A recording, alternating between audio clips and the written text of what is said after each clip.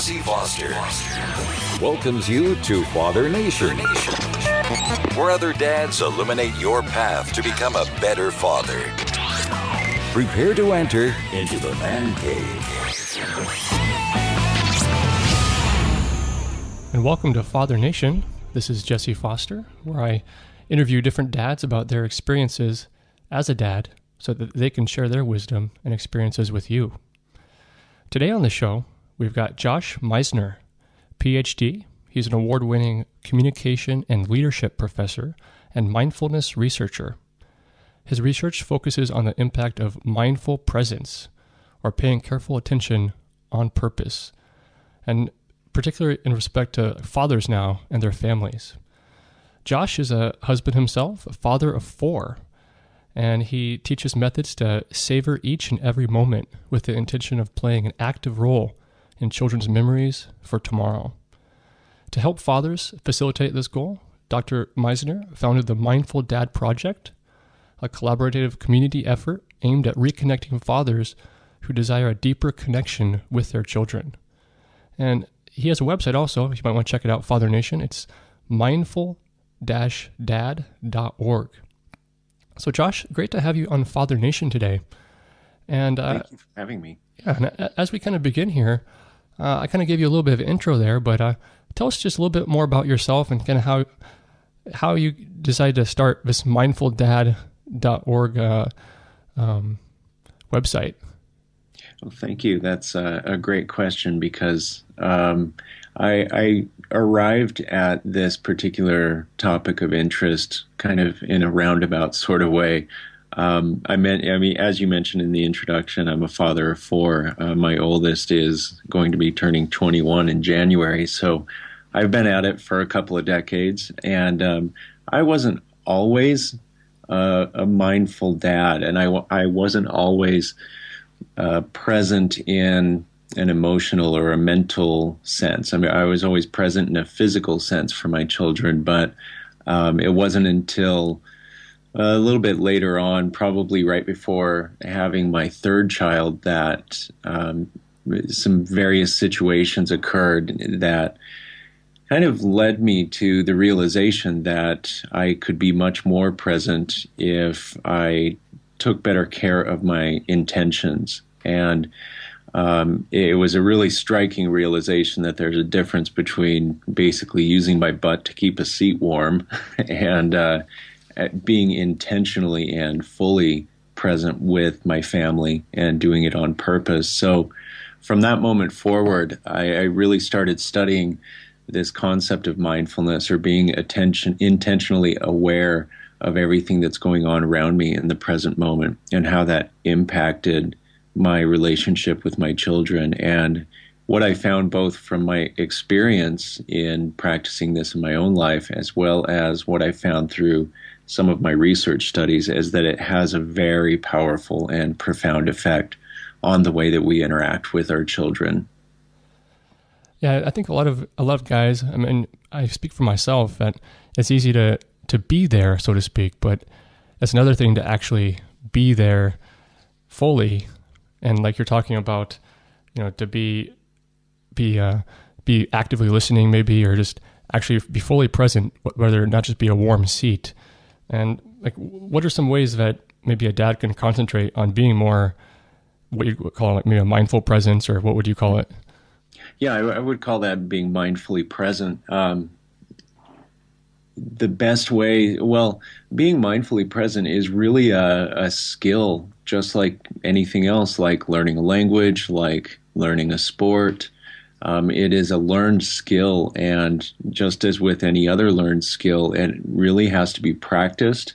And if you're not practicing it, then it's pretty easy to lose it. I know I took 4 years of Japanese in high school, and I remember nothing anymore because I never had a chance to really practice it, so I forgot everything.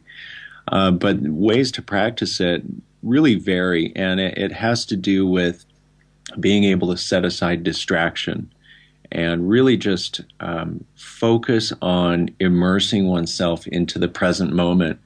So, like, one of my favorite ones to do is it's been called red light meditation. And I know that when I'm out on the road, and maybe it's Friday today, so Friday afternoon tends to be a pretty stressful commute home because you're done with the week, you want to get home and be with your family, and of course, traffic is always worse on a Friday afternoon. So it's pretty easy for our emotions to get pretty riled up. And as we're driving along, you hit every red light on the way home. Eventually, that starts to become kind of an irritation.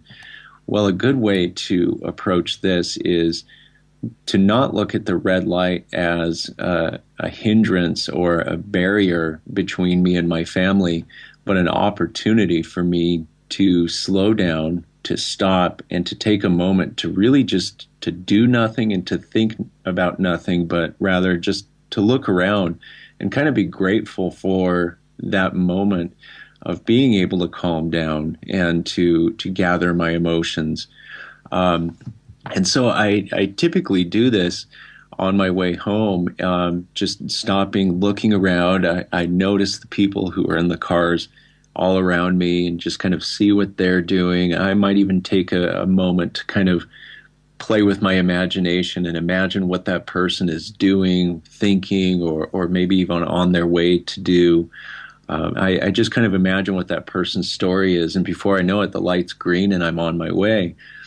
And as soon as I started doing this, I noticed there was a whole heck of a lot less stress in that commute home. And I found that when I got home, I was kind of already in that state of mind of being mindfully present with my children, so that I was more able to receive their presence. And the funny thing about this is that children, even incredibly young children, I mean, I'm talking like babies, they notice when we are fully present, and they can feel it just as much as anybody else. And when they notice that presence, it really deepens and enriches the interaction that I have between them, even if it's just spending time sitting in the same room together. Yeah, it feels like oftentimes, like maybe you mentioned they're driving home, we have a specific goal in mind. Maybe we want to get home. That's our goal, and we're focused on that. And we see things as obstacles. Mm-hmm. But it's kind of like a matter of perspective. If we just kind of stay present in the moment and try and enjoy just the ride home, I'm sure that it's less stressful for you. Yes, well, absolutely. That's really the key. Is you hit the nail on the head when you said that we have these goals that we're thinking about. And so what we end up doing is we think so much about the goal that's in front of us, which technically, I mean, that's an abstract concept because it's not really there. It's not a real thing that's around me at that time. What is around me at the time is the journey toward that goal.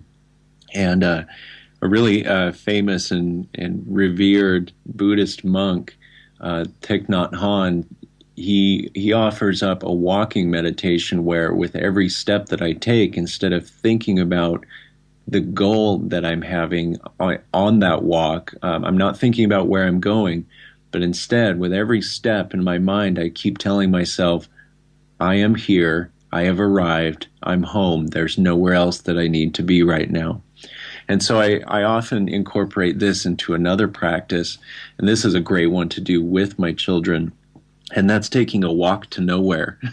We just leave the house, walk down the driveway, and without a goal or a destination in mind, we just start walking and we spend time with one another. And we don't think about a goal or a time limit or where we need to be. We just simply walk together and just kind of really be in that moment. And honestly, some of our greatest memories together have been on what we call adventures on those walks, where we find random things to do, like searching for a 4-leaf clover in a soccer field, or winding up playing like a version of hide and seek at our local middle school during the summer. So it's really about dropping that idea of being so focused on the goal that I'm missing the journey. Yeah, you don't want to be too much in the future, in the present. And I think, like you mentioned, with just the idea of mindful presence, but it's something that you have to be careful with. It's not something that just happens. You have to focus on it, or like you said, practice it. Mm-hmm. And it doesn't become second nature right away, I'm sure. Right. No, it definitely takes effort. And I notice that when I am mindfully present for an extended period of time, it's actually kind of exhausting. I mean, mentally speaking, it can be pretty draining because it really does take a lot of effort. So there's also something to be said for like mindless Netflix binge watching and kind of letting go and recharging before being fully present like that. But it's really all about having a sense of balance and being able to kind of know when to switch it on and switch it off. As a dad, that's kind of in the habit of practicing, being mindfully present. Have you found that your children may not be actually present, even though they're sitting next to you? And have you tried to teach them much about this, or have they been naturally just in the moment as well? Oh my goodness, this is a great topic to bring up. My children are human children, so and as children in this current generation, they are just as prone to tuning everything out around them as anybody else. Because honestly, we live in what I call the age of distraction.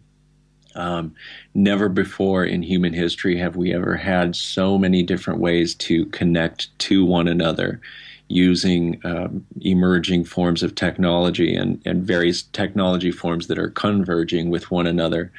And so there's a certain appeal to that connecting with one another, whether it be social media, whether it be doing various forms of like online gaming.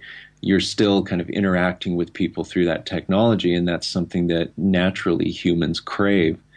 And so my children are just as prone to kind of ending up being absorbed by that kind of interaction.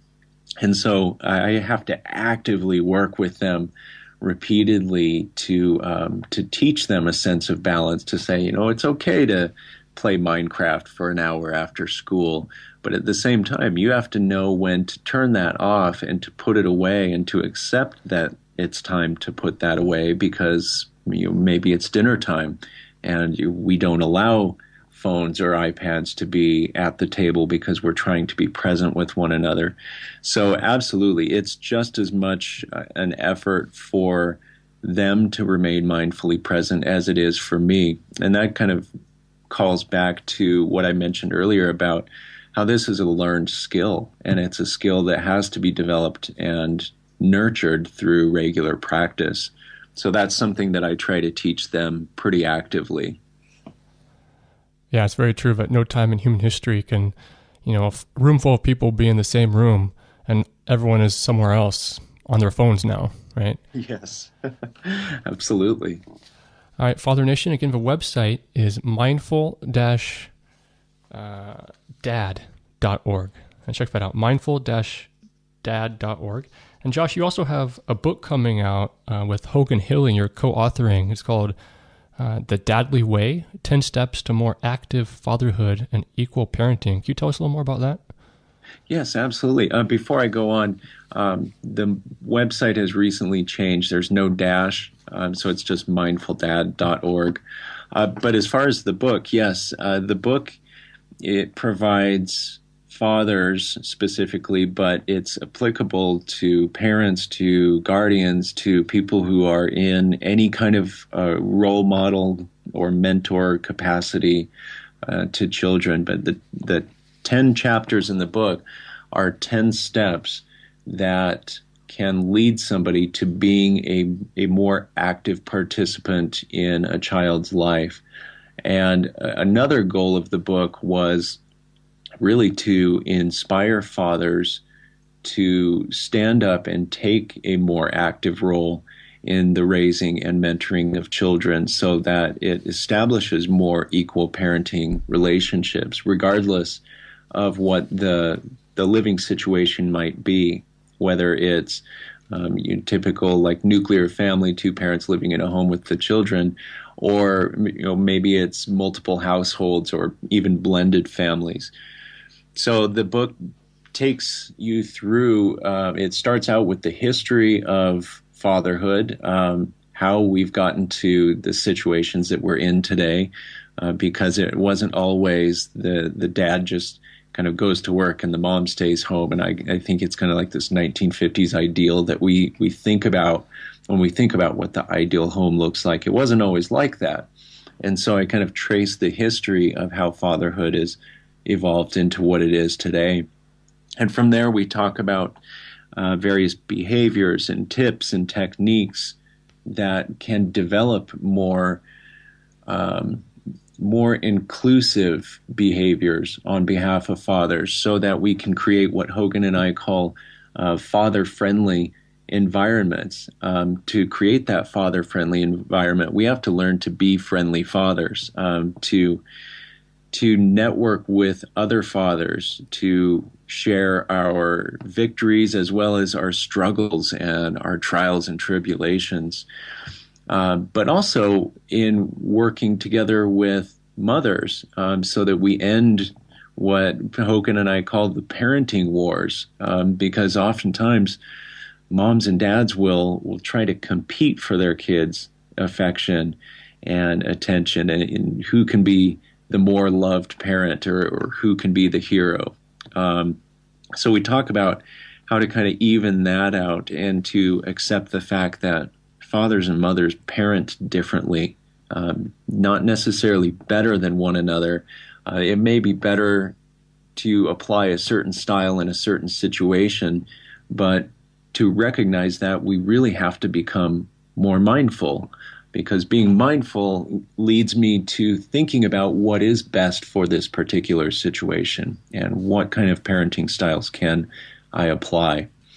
But really then the book it ends on a high note by talking about what being more mindful can hold in store for us in our relationships with our children of any age, whether they be babies or high school students or even adult children. So you kind of mentioned there the book kind of traces how fatherhood has evolved kind of over years from generation to generation. Like, speaking just for yourself and maybe your father, like how do you think fatherhood has evolved just in the past 50 years? It's a great question. Interestingly enough, when you look at generational differences and characteristics, the baby boomer generation, they were raised in a post-industrial revolution era where their parents were not always fully present, and they were kind of expected to be on their own. And so as a result, they're very independent. And then that independence kind of translated into their parenting style. And so I consider myself one of the Gen Xers, a child of a baby boomer. And as a result, even though my parents were physically there, they weren't always emotionally available for me. And so as a result, I grew up kind of independent of that. And later in life, I think that impacted some of my relationships. And it took a long time of seeking greater self-awareness to realize that there was kind of an emotional void or a barrier that prevented me from being more expressive like I needed to be. And so as a result, that's something that I've sought to change in my parenting, so that I am more emotionally available to my children and that I demonstrate to them what healthy and balanced emotional expressiveness looks like. I think that with the next generation, it's going to look pretty interesting, because they are the connected generation. They've got more social connectivity with one another than at any other time in human history. So seeing how their relationships with their future children develop is going to be absolutely fascinating to see how that kind of impacts it, because I think it's going to be the polar opposite of what we saw with the baby boomer generation. Yeah, I think I would agree with you. It's going to be interesting. Again, Father Nation, the book is The Dadly Way, 10 Steps to More Active Fatherhood and Equal Parenting. And that's going to be released, or has that already been released this month, Josh? It came out August 31st. All right, so look for that on Amazon. Father Nation, again, go to live365.com and search for Father Nation. You'll find Father Nation Radio. We've got 24/7 Dad Talk. A couple new shows on the network. Look for Devin Bandison, his show Fatherhood is Leadership. We've also got Armin Brott, Mr. Dad, as well as Christopher Lewis's The Dad Spotlight, among others. So again, live365.com, Father Nation. And Josh, let's kind of turn now the corner, focusing more on your own experience as a dad. You mentioned your oldest is 21, is that correct? Yeah, he'll be 21 in January. And then you've got three others. How old is your youngest? My youngest is 8, and in between that I have an almost 12-year-old and an almost 19-year-old. All right. Well, you've got quite a bit of experience here as a dad already. For you, what is one piece of advice over the years that you've been given that you've really appreciated as a dad? Oh, I would have to say to savor every moment. I once, just recently, I heard somebody put it in a really, I guess, profound way. Right before summer started, somebody said that you only have 18 summers. And those 18 summers, you got to make them count because you never get that back. And when I think about it in that term, because from day to day, it's easy to kind of get lost and say, well, we've got, thousands of days, we've got, hundreds of thousands of hours that go into this, this parent-child relationship. But when you boil that down and you say, wow, I've only got 18 summers to really make an impact, a lasting impact on my children, then it really puts things in perspective and makes me realize that I've got to make the moments count. And to do that, I really have to be present to make that happen. Otherwise, I'm going to miss them. And once I miss them, they're gone forever. So one of the pieces of advice that I try to relay is that if I, as a dad, want to be an active part of my children's memories tomorrow, then I have to be an active participant in their lives today. Because that's one of those things that if you miss out, you're never going to get it back. And so when I want my kids to look back on their childhood, I want them to see me as being an active participant. I want to be a supporting actor in the memory movies that flash throughout their mind. And so for that to happen, I really try to savor each and every moment that I have with them. That's great advice. I think that counting the summers that you have left is a good technique there. I mean, if you have a 12-year-old, you can say, I have 6 summers left. That really kind of hits home then. Yes. Well, how about a habit you have, Josh? Is there any habit as a dad that you have that you've kind of felt maybe has made you a better dad? Well, there's various traditions that we have, and I think that nurturing those traditions is a really great habit to get into because, I mean, a tradition really is just that. It's kind of a habit. And so, speaking of summers, at the end of every school year, the very last day of the school year, when I pick my children up and we leave, we always have something fun planned, whether it's like going out for ice cream and then going to the park or going for a hike or something like that. On the way to that, we blare Alice Cooper's School's Out in the car. We sing along to it. I mean, it's this silly tradition that started probably about 4 years ago or so. But it's one of those things that my children remember. So they know on the last day of school, that's what they request, and they know that they can look forward to that good time where we're all together and we're all savoring those moments. And so I would say to really kind of nurture those traditions, not just necessarily yearly traditions, but maybe even weekly or daily traditions. What is it that we can do every day to connect with our kids? That could be reading a story at bedtime. That could be going on one of those walks to nowhere. Maybe we just spend a half an hour a day doing that. Maybe it's family dinner. Maybe it's the kids helping out with dinner. But there should be some kind of an activity or tradition that we do on a regular basis that our children can look forward to. And interestingly enough, this morning, my little 8-year-old, he's the sweetest kid, has the biggest heart, and never ceases to amaze me with some of the things that he says. But this morning, he says, "Dad, what day is it today?" And I said, "It's Friday. Why?" He goes, "Ooh, that's my favoriteest day of the week ever." And I said, "Oh, yeah, a lot of people love Fridays. Why do you love Fridays?" And he says, "Because it's Daddy Parker night." Because every Friday with my 8-year-old, we usually watch a double feature, pop some popcorn, spend some time hanging out together. We usually make a giant bed in the middle of the floor and then just kind of sleep out in the living room, camping out in the living room. And that's just a tradition that we've done every week that he now looks forward to as the highlight of his week. And so that kind of plays back into what I was just talking about as far as when he looks back on his childhood, those are the things that he's going to remember.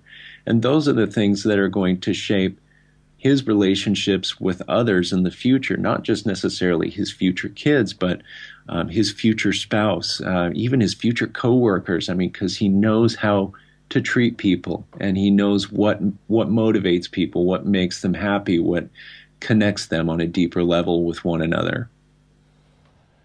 Yeah, I think making traditions is a great way to, make memories for your kids, and just like the idea where you mentioned at the beginning there of, popping in an Alice Cooper "School's Out" song. It's funny. It's interesting, and you'll remember it. It's easy to do, rather than just drive home where everyone will forget it within a few hours of whatever happened. I think they'll probably always remember things like that if you start little traditions and keep them going. I think that's a great way to have your kids always remember how you were present as they were growing up. Absolutely. I couldn't agree more. And Josh, how about a resource maybe that you've used as a dad? Maybe it could be a book or maybe a seminar. I know that maybe we'll talk about this a little bit. There's a Dadly Rally coming up next March in Los Angeles, I believe. And I think it's coming to several cities, actually. But Dadly Rally is part of what Hogan Hilling is doing with the Dadly Way series, I guess. Can you tell us a little more about that you know? Yes, absolutely. The Dadly Rallies are a big event that essentially celebrates all that is great about fatherhood. One of the things that Hogan and I talk about is how frequently you hear from other organizations, they talk about this fatherhood or father absence epidemic, and they make it sound like there is a fatherhood crisis in America, and it's this kind of doom and gloom approach that makes you think, oh well, I guess we're pretty awful people in America that we chase our fathers off, and then they turn around and say, well, here's what we can do about it. Hogan had a great analogy for that. He said that would be like a car company coming out and saying, well, all of these cars on the road are terrible death traps, so here's ours. It's not a very attractive marketing technique. So we believe that there are more good fathers out there who truly want to be with their families and truly want to leave an impact on their children and everybody around them. And we're interested in building a really bright future. So the Dadly Rally is kind of a way to celebrate that, to kind of take the focus off of this idea that there's a father absence epidemic, and to say, you know what, we we know that there are great fathers out there, and let's all be role models, not just to our children, but to each other. And so that's what the Dadly Rallies really celebrate. So I'm going to be speaking at the rally in LA in March, talking about the principles from within the book that Hogan and I wrote. But there will be other speakers there as well, tons of fatherhood resources. There will be books, people to meet with, all sorts of resources to help help dads become more engaged. And we truly believe that there are more dads out there who have this desire than there are this idea of the runaway or the absent father. We believe that that's a minority, and that we should be focusing more on the dads who get it, but don't necessarily know where to begin, because we believe that is going to be the best way to build the future. Father Nation, if you're interested in maybe hearing more about the Dadly Rallies, it's dadsbehavingdadly.com. I'm sure you can find more information. Again, it's in Los Angeles this next March. And I think it's coming to other cities too, but I think more info will be coming on that. Their website for the Dadly Rally just launched at dadlyrally.com, if you want to check that out as well. All right, so dads, again, dadlyrally.com. It should be a great resource coming next year. And speaking again of resources, Josh, what's one resource that has helped you over the years? I think what had the biggest impact on me when I mentioned right off the bat that I took sort of a roundabout path toward getting here to where I am today. And if I were to pinpoint that back to a single resource, it was a book called Anger, Wisdom for Cooling the Flames, because I recognized with the help of my wife that I had kind of a bad temper. I mean, I was never abusive or anything like that. It was just I would get easily irritated over the smallest things, and I had no idea why. And she kept pushing me, you got to learn to control this, and I didn't know how. I happened to be in a Buddhism class as an undergrad at my university, and in this class, I kind of mentioned this habit, and my professor said, "Oh, I've got just the book for you." He says, "Here, this is from my collection. You take it home and read it, get it back to me whenever."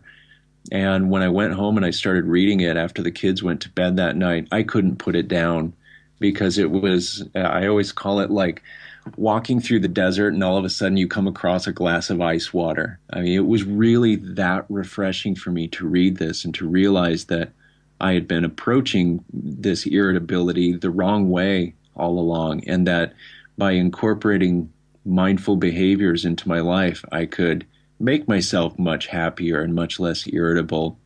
And so that book changed my life. It put me on a path towards being a more mindful dad, and it really just inspired me to essentially become a better person all around.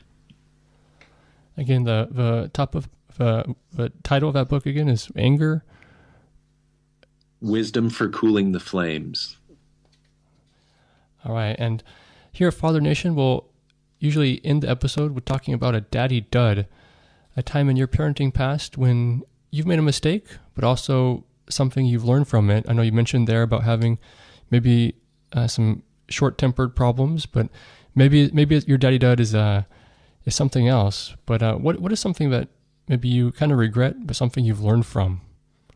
This is a wonderful question, too, because I was actually just telling a story in my interpersonal communication class yesterday. One assignment that I give my students in my interpersonal communication class is I tell them to go find somebody that they love, somebody that knows them very well, and to ask that person, what is one thing that bugs you most about me? And then to let that person know that you have to listen without defending yourself. This is a pretty tough assignment, as you can imagine, and a very difficult conversation, as you can imagine. So the fact that it is so difficult, I tell my students that I would never do anything, or I would never have them do anything that I wouldn't be willing to do myself. So I always do this every semester right along with my students. And one time I asked my youngest son, this was probably about 3 or 4 years ago, I asked him the question.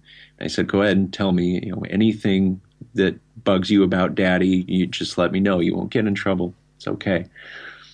And he responded, his face kind of distorted, looking like he was about to start crying. And I said, it's okay, just tell me. And he says, I don't like it when on Daddy Parker night when we're watching a movie and you're on your phone. And I thought, oh, how horrible am I? I try to preach this, putting away distractions and not letting your phone, your technology get the best of you. And here I am doing it to my son on our special night every week. And he's noticing me doing this. And so at that moment, I had to really take a good self-inventory and recognize that I was having a trouble with being on my phone too much. I was falling into kind of those addiction traps with respect to use of social media and checking my email and all of those things. So at that point, we instituted what we call a technology holiday in our house. And every week on Saturday, we put all technology away. My kids have even made these fun boxes out of an old Kleenex box, decorated it up to look like a monster, and we call it the phone monster. And that's where we put our phones on Saturday. And the computers stay put away, and we don't use any technology so that we can be flesh and blood with our family. We can be fully present, and we can really focus on that time that we spend together in person with one another, rather than just keeping the seat warm and where my mind is somewhere else. So that was a pretty profound lesson to me in learning to balance and learning to become more self-aware of my habits and what kind of habits my kids are noticing in me. Yeah, I think Father Nation, that's kind of really the one key today, I think, that keeps being pounded home is just be mindful. Be a mindful dad. Be mindful. And pay attention when you're present and be on purpose there. Again, today we've had Josh Misner today on the line. He's with mindfuldad.org. Again, it's mindfuldad.org. And check out his new book again. It's The Dadly Way, 10 Steps to More Active Fatherhood and Equal Parenting, along with Hogan Hilling. Josh, thank you so much for coming on Father Nation today and sharing with us some of your experiences and your wisdom. Thank you so much for having me. It was great.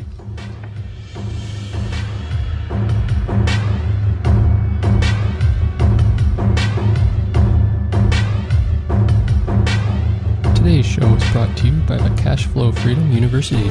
Ben Leibovich, who's been a guest on this program several times, is an accomplished entrepreneur, author, and real estate investor. In his Cash Flow Freedom University, Ben delivers comprehensive yet affordable financial literacy and real estate investing education. Having been able to secure his family's financial future, Ben teaches us the core concepts, tools, and techniques that have enabled his success, and can yours. Hundreds of people have benefited from Ben's Cash Flow Freedom University. If your family's financial future is a concern for you today, perhaps it's time to take a look at Ben Leibovich's Cash Flow Freedom University. For more information, visit fathernation.com, head on over to the products page.